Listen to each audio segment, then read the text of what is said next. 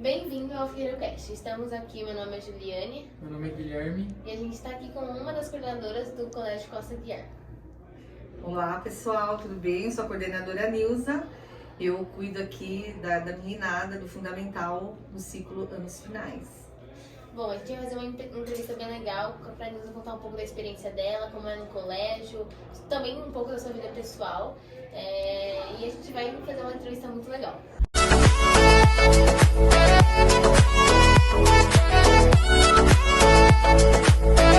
Bom, a primeira pergunta para a Nilza é: como que você quis entrar no ramo escolar? A história é longa, né? Isso desde pequenininha eu já brincava de escolinha, tá? Então isso antigamente era muito comum, né? Sempre a vontade de ser professora. Então isso desde pequenininha. Porém, entretanto, todavia, eu acho que é uma sina, uma missão que eu tenho dentro de uma escola. Porque eu, com os meus 5 anos de idade para 6 anos, eu fugia da pré-escola. Eu não fiz o pré. Eu fugia, pulava o muro. Mas eu acho que já era tipo assim, olha, o que te espera no futuro, hein? Mas fiz aí o meu fundamental, normal. Mas era um sonho mesmo, de ser professora desde pequena. Então eu brincava de escolinha, brincava com as minhas amigas e eu era professora. Então eu acredito que já é algo que eu já venho carregando desde pequenininha. Então era vontade mesmo, foi um desejo mesmo de entrar na área da educação e trabalhar dentro de uma escola. Que legal. E antes de você virar coordenadora, você foi professora em algum momento? Fui poucos anos, mas fui, né? Minha trajetória foi muito engraçada porque além de ter esse sonho de ser professora, eu tinha um outro sonho que era entrar numa escola, que era o meu sonho de consumo, que era uma escola muito difícil, né? De um professor conseguir entrar. E para mim, quando eu consegui realizar e entrar, porque meu primeiro trabalho como professora foi dentro dessa escola, então foram fases, né, eliminatórias para eu conseguir entrar, muito difícil, foram 6 meses, né, de testes, e chegou um momento que eu achava que eu não ia fazer parte do grupo, né, mas era um sonho, porque era uma escola muito legal, muito bacana, muito conhecida, do bairro onde eu morava. E quando eu fui chamada para fazer parte do grupo, nossa, foi muito emocionante, né? Então eu ia completar os meus 20 anos, eu estava no último ano do magistério e foi no meio do ano, para vocês terem uma ideia, que eu fiz os testes, iniciei os testes. E isso só fui ter a certeza de que eu faria parte desse grupo, né, dessa escola, do quadro de funcionários, no final de novembro. Então, para vocês verem o tempo que demorou. Então, eu passei por entrevistas, por testes, por aulas práticas, por provas escritas. Então, para entrar nessa escola, o grau de exigência era muito grande. Então, quando eu fui chamada, eu já meio que tinha perdido a esperança. E não, quando chegou no final de novembro, inclusive eu tinha que fazer estágio para o magistério, eu estava fazendo estágio em uma das unidades dessa escola, essa é uma escola particular, e eu conhecia, mas até então o estágio era uma coisa e você ser contratada era outra, né? O estágio ele fazia parte ali do meu currículo. Sim. Devido à minha grade do magistério, eu era obrigada a fazer e cumprir essa carga. E aí quando eu terminei ali o meu estágio, uma semana depois eles me ligaram, falando que a vaga era minha, mas que eu ia assumir uma turma a partir do ano seguinte, que era em 1992. Tá bom aí? Legal. E aí começou, né? Foi aquela felicidade que eu falava assim, pra mim eu estava realizada, não precisava de mais nada, porque é o que eu queria. Eu queria dar aula e a escola dos meus sonhos. Então eu consegui. Então para mim, desde o começo da minha carreira enquanto professora, sempre foi assim, com muita felicidade pelas conquistas, né? Isso em 92, aí eu assumi, aí foi o ano também que eu casei. Então eu casei, né, meu marido, e casei com a escola também, porque eu tive que optar. Como as aulas começavam dia 12 de fevereiro, meu casamento estava marcado para o dia 15 de fevereiro. Então, o que eu ia fazer? Ia para lua de mel? Não, ia Não trabalhar. fui, porque eu não queria perder a minha escola aí, a minha paixão, né? Aí eu acabei não viajando, eu casei e voltei na segunda-feira para dar continuidade ao meu trabalho, para vocês terem uma ideia como era. O seu amor pela escola, né? Não, e era a escola dos meus sonhos, eu queria entrar nessa escola, né, para trabalhar. E assim foi, e aí eu iniciei como professora de educação infantil, né, trabalhei com pré, com alfabetização. Aí quando foi em 93 eu fui convidada para a coordenação da educação infantil. Aí em 94 eu engravidei, né, da minha primeira filha. Aí eu acabei ficando um período fora. E aí eu acabei voltando depois da sala de aula, porque era uma fase da escola que existiam várias unidades escolares. E o mantenedor na época terceirizou as escolas de educação infantil, porque eu coordenava uma das unidades, né, passando a administração para outras pessoas. E aí foi onde eu voltei para a sala de aula em 94, novamente. Aí fui até 99 como professora do fundamental, anos iniciais, que a gente fala hoje, que era da primeira série até a quinta. Hoje a gente fala que é o segundo ano até o sexto ano. A nomenclatura mudou aí, né? Mas eu trabalhava até a quinta série, que é o sexto ano hoje, como professora polivalente. Aí em 99 eu engravidei meu segundo filho. E aí quando eu voltei da minha licença maternidade, voltei para a coordenação. E nessa época, um ano depois, eu comecei a fazer o curso de letras.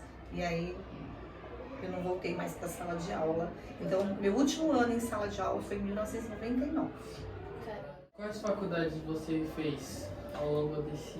Então, vamos lá. Quando foi em 1999, que foi o último ano que eu ministrei aulas, né? No ano de 2000, eu tinha que dar continuidade, porque mesmo estando na coordenação, eram momentos que horas eu poderia estar na coordenação, horas eu voltaria para a sala de aula. Então eu queria dar continuidade e trabalhar com os alunos maiores, né? Com fundamental, de sexto ano em diante. Aí eu fiz meu primeiro curso na faculdade, que foi de letras, né? Professora de português, e optei por espanhol, então eu tenho a formação de português e espanhol. Só que o que acontece? Nunca mais eu voltei para a sala de aula.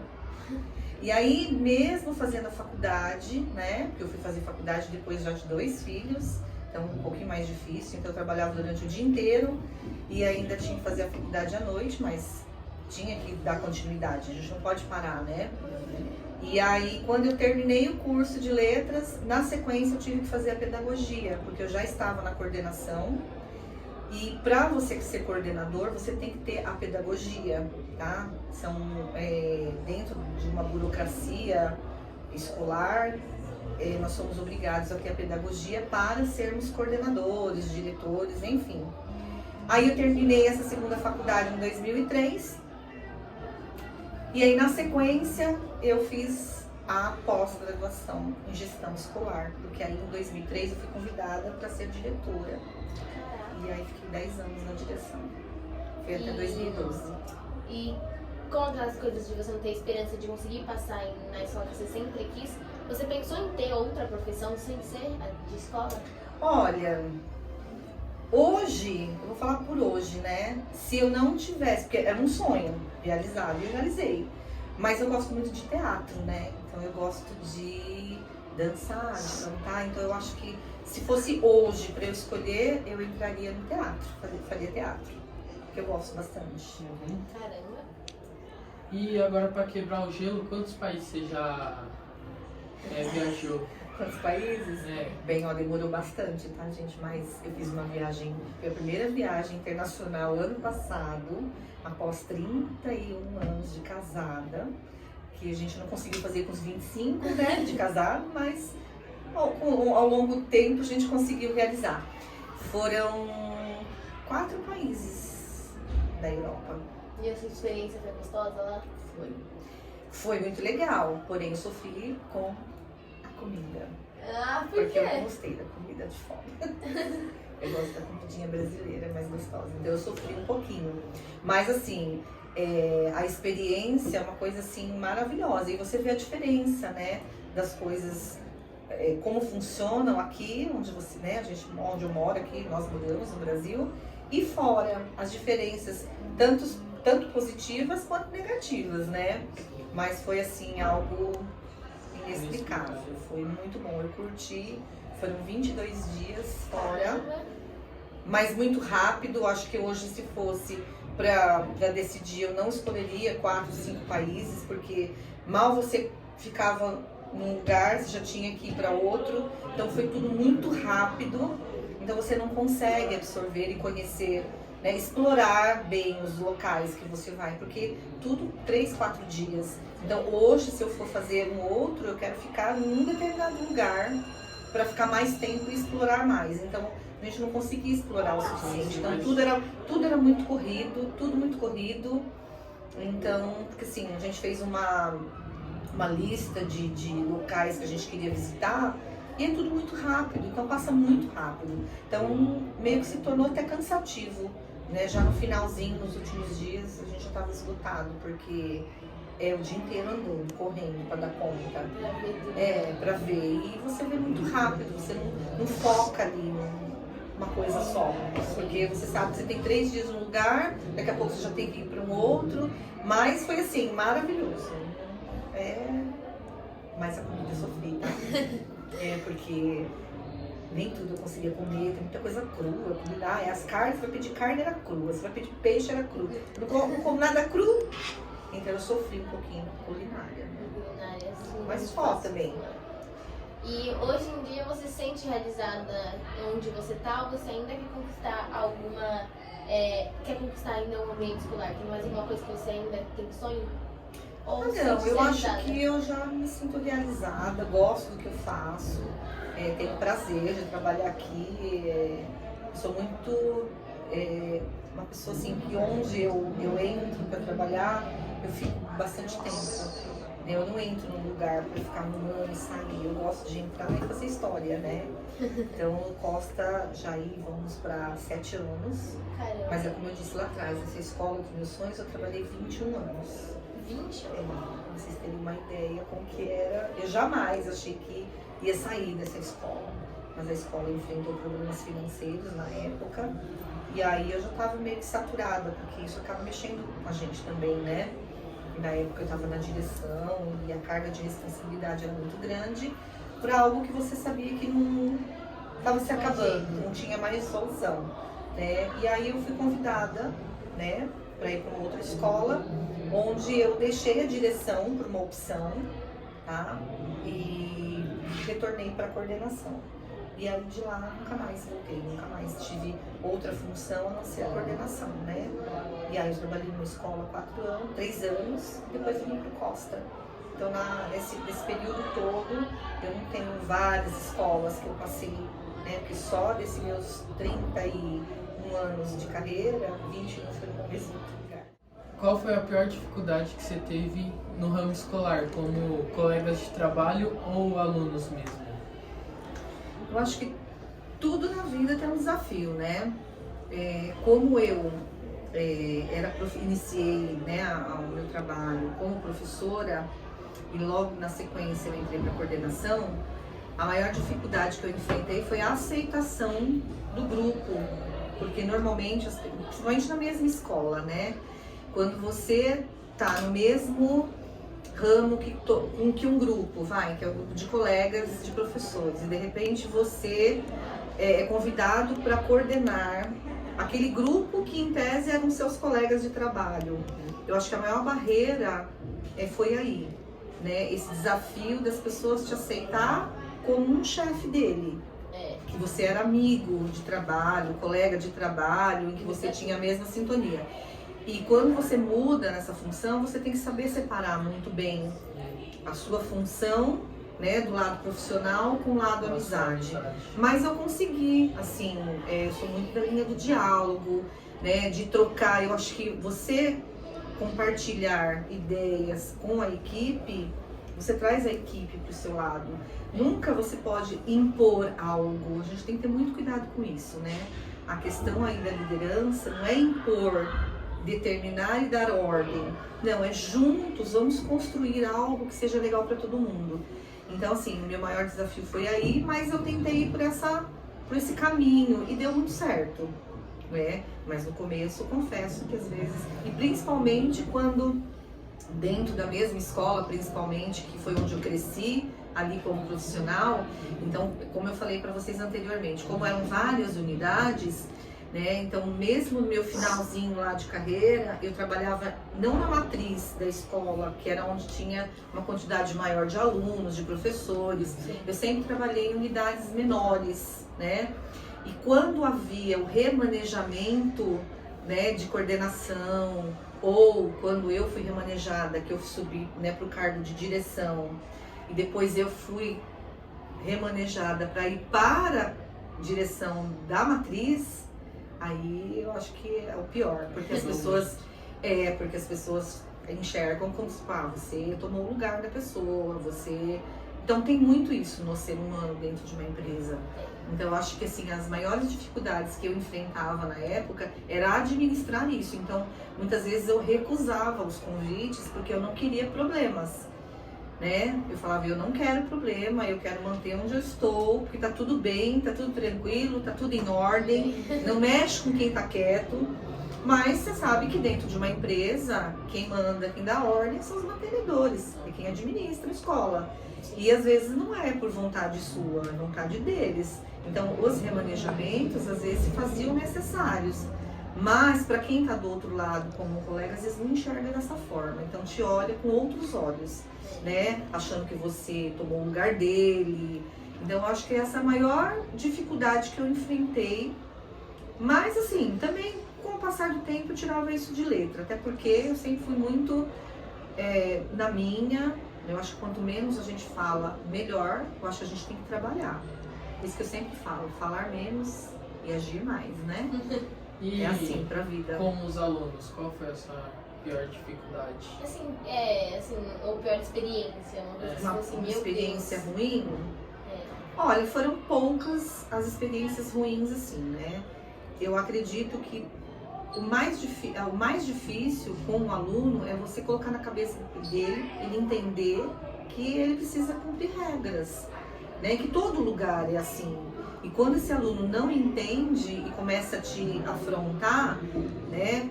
Querendo debater e mostrar que você está errada, eu acho que essa é a parte pior. Mas eu sou muito persistente, então eu vou lá e vou mostrando para ele, ó, não, tá errado, é por isso, por isso, por isso. Né? Porque nunca o que a gente faz como coordenador ou diretor, nunca é pensando no lado ruim. É mostrando para você que tudo tem que ter limite. Que tudo que está dentro de um padrão, dentro de um limite, está dentro da normalidade e ninguém vai te chamar para dar bronca, ninguém vai chamar sua atenção do nada. Alguma coisa, né? que você fez. Alguma coisa. Então, as correções, elas fazem necessárias, né? Mas eu acho que o maior desafio, né? O maior problema é esse. Às vezes o aluno não entender e achar que o coordenador é um bicho, né? É ruim. E não é. E, na verdade, a gente precisa. É igual pai e mãe. Pai e mãe não te dá uma bronca, às vezes você fica com raiva do seu pai e da sua mãe, né? Porque te corrigiu. Mas ele tá te corrigindo de algo que ele tá vendo que não está correto. Então, a nossa função enquanto coordenador é te orientar, é mostrar para você que tudo pode, desde que seja dentro do limite, dentro de algo que seja natural, nada em exagero. Então, todo local tem suas regras e dentro da escola tem essas regras. E se as regras forem cumpridas, a gente não vai ter problema nenhum. Porque conversar é legal, dar risada é gostoso, né? Mas às vezes as pessoas extrapolam. E esse eu acho que é o maior problema que tem a coordenação de enfrentar. Mas eu sou muito da linha do diálogo, né? Dou as broncas, mas... Agora, como você já falou, tipo, sua dificuldade com os alunos, agora sua melhor experiência com os alunos, qual foi a sua melhor experiência? Experiência? E quando eu trago algum tipo de proposta, né, que dá certo, e que o pessoal abraça a causa, é top, né? Até porque eu adoro. Então, nesse assunto, a gente percebe aqui no Costa que você é uma das coordenadoras que mais é animada para projetos assim, a festa junina, as viagens de formatura, as festas de formatura. A gente percebe muito que você é muito animada e bola dentro nesses projetos. Você gosta de projetos assim que é fora do comum de aula, louça? Com certeza, e eu acho que isso fica registrado pra vida, pra história.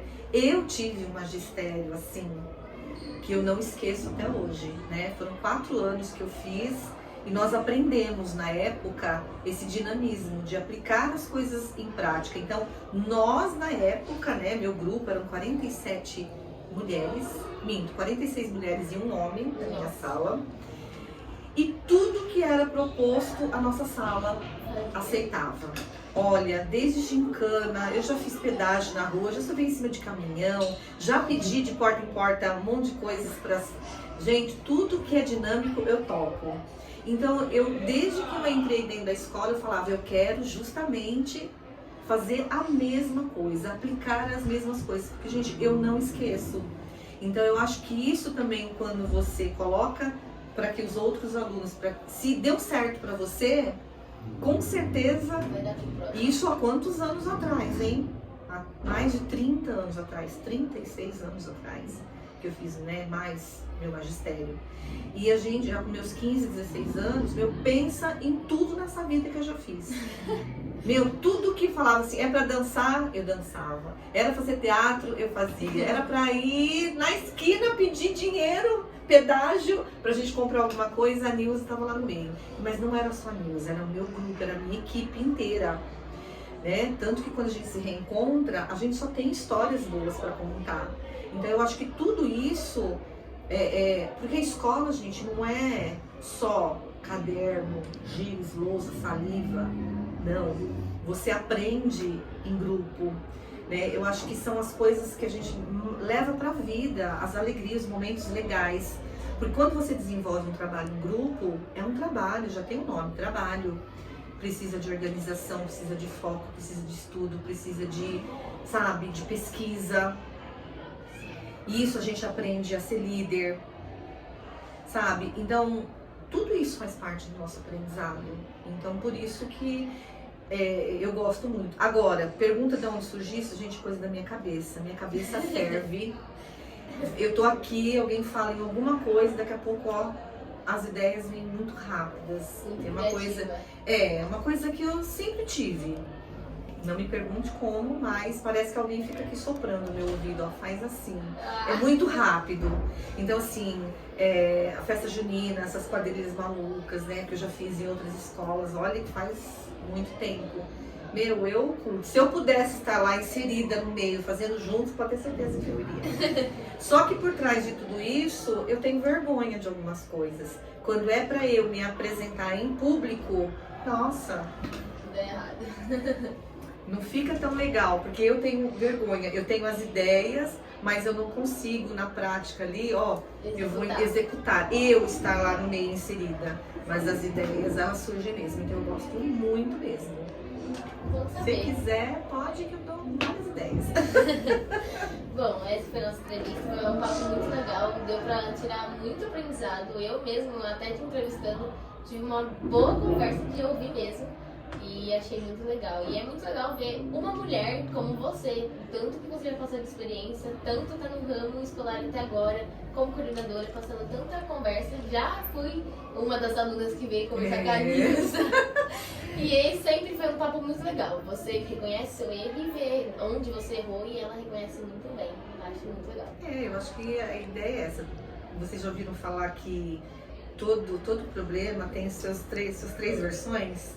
Tem a versão de um, do outro e a que realmente aconteceu. Então a gente tem que ouvir os dois lados. Isso aprende, gente, é pra vida. Tudo na vida a gente tem que ouvir os dois lados, para entender os dois lados.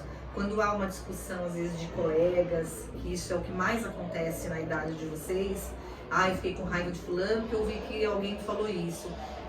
Escuta, mas escuta, dá ouvidos para você ouvir o outro lado. Porque às vezes nem sempre é daquela forma. E a gente sempre interpreta e o que vem em mente é a forma que você vai agir. Então a gente tem que parar para pensar. Isso eu aprendi bastante. Porque quando eu converso com vocês, alunos, eu também fico aqui, ó, imaginando, me colocando no lugar sempre, como que eu gostaria que fosse comigo. Precisa, às vezes, de uma puxada de orelha? Precisa. De uma voz mais ativa? Precisa, porque às vezes são os chacoalhões que cada um precisa e não tá querendo entender. Sim. Mas pode ter certeza que não é agora, talvez, que vocês vão reconhecer isso, é lá na frente, né? Porque isso faz parte da construção. da vida acadêmica de vocês também, como pessoas, sabe? Poxa, vou pensar 3 vezes antes. Ó, eu lembro uma situação assim que a Nilza foi lá, me explicou, era bem que ela tinha razão. Olha, é exatamente isso. É para lá na frente vocês saberem como lidar com algumas frustrações, com algumas situações, problemas, para que vocês tenham aí sucesso, né? Como pessoa, não só na carreira profissional, mas também como pessoa, né? Bom, acho que nosso papo foi muito legal nessa entrevista também. Eu quero te agradecer por se disponibilizar pra gente. Muito obrigada, Nilza. Quando precisar de alguma ideia, bata na minha porta. Obrigado. Adoro. Gente, espero que vocês tenham sucesso aí com o trabalho de vocês. Obrigada.